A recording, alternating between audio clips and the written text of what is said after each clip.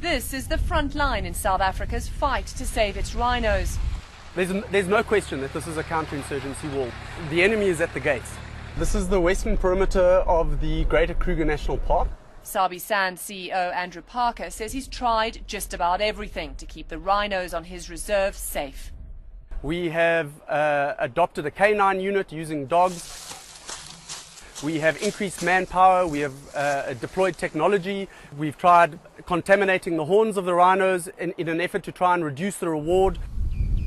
But with high demand in Asia, where rhino horn is wrongly believed to have medicinal qualities, the battle continues to be won by increasingly sophisticated criminal syndicates.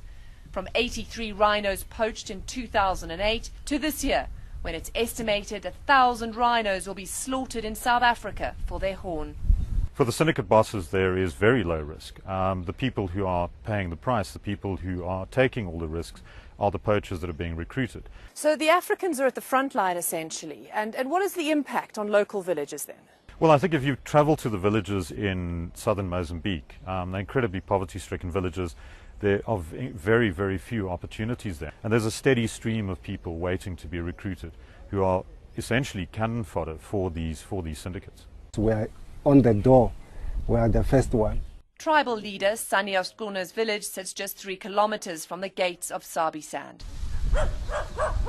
When poachers came through 2 weeks ago, community members chased them away.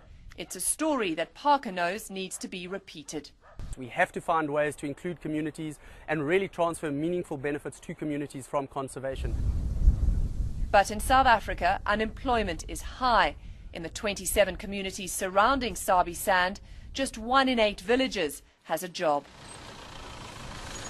There's no question that 20 years ago in South Africa we should have been including communities as equity stakeholders in the value chain. If that was the case, if the communities had a real and direct vested interest in the future of wildlife in South Africa, it's very unlikely that the criminal syndicates would have been able to gain a foothold.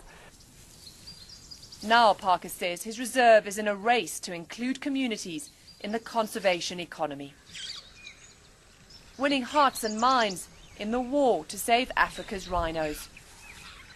Robin Kerno, CNN, South Africa.